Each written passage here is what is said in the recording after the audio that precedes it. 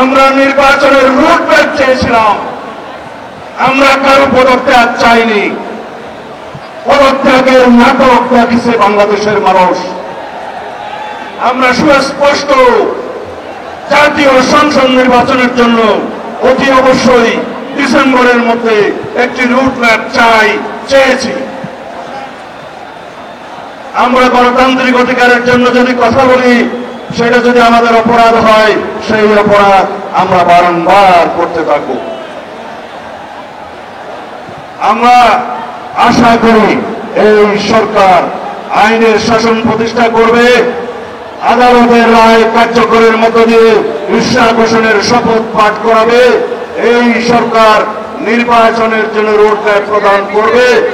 এই দেশে আমরা জানি 200 বছরের ব্রিটিশ শাসনের সময় ইস্ট ইন্ডিয়া কোম্পানি যে লুটপাট করেছিল, তার চাইতেও বহুগুণ লুটপাট করেছে আওয়ামী ফ্যাসিবাদী শক্তি। তারা বিগত 15-16 বছরে প্রতি বছর 2 লক্ষ কোটি টাকা করে মোট প্রায় 30 লক্ষ কোটি টাকা এদেশের জনগণের সম্পদ বিদেশে পাচার করেছে। তারা 4 লক্ষ কোটি টাকা ব্যাংকের খেলাপি ঋণ রেখে গিয়েছে, দেশের মানুষের টাকা লুটপাট তছরূপ করেছে। মেগা প্রকল্পের নামে 2,80,000 কোটি টাকা মেগা দুর্নীতি করেছে এই ফ্যাসিস্ট হাসিনা। তারা বাংলাদেশে যে রকম রাজনৈতিক বিবেচনায় ব্যাংকিং খাতে লোন দিয়েছে, ঋণ দিয়েছে, সেই ঋণ দিয়ে 24টা পদ্মা সেতু করা যেত, এই কথা আমি বলছি না। এই সমস্ত তথ্য দেবপ্রিয় ভট্টাচার্যের নেতৃত্বে গঠিত শ্বেতপত্র কমিটির রিপোর্টে প্রদান করা হয়েছে।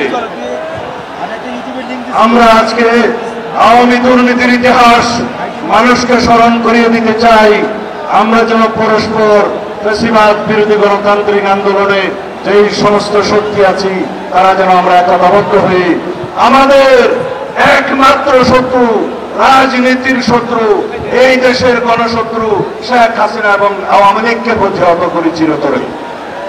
এটাই আমাদের শপথ হোক। আর আওয়ামী লীগের ইতিহাস যদি বলতে চাই, আপনাদেরকে স্মরণ করিয়ে দেওয়ার জন্য, আওয়ামী লীগের জন্মলগ্ন থেকে আজ পর্যন্ত আওয়ামী লীগ কোনদিন গণতন্ত্র বুঝেনি। গণতন্ত্র তারা বিলুপ্ত করেছে, স্বৈরতন্ত্রের তারা প্রতিষ্ঠা করেছে। তারা বাংলাদেশের হত্যা যজ্ঞের রাজনীতি করেছে, কখনো রক্ষী বাহিনীর মাধ্যমে, কখন রাষ্ট্রীয় সন্ত্রাসের মাধ্যমে, কখনো ছাত্রলীগ যুবলীগের মাধ্যমে।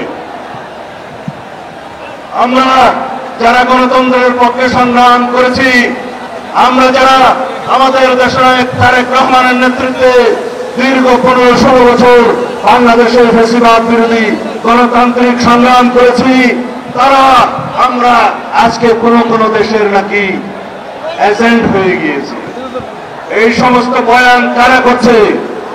যারা আমাদের বক্তব্য মনে করে এদেশের গণতন্ত্রের পক্ষে কথা, যারা মনে করে আমরা এদেশের স্বাধীনতার সার্বভৌমত্ব রক্ষা করার পক্ষে কথা বলছি, তারা মনে করে তারা তার বিরুদ্ধে।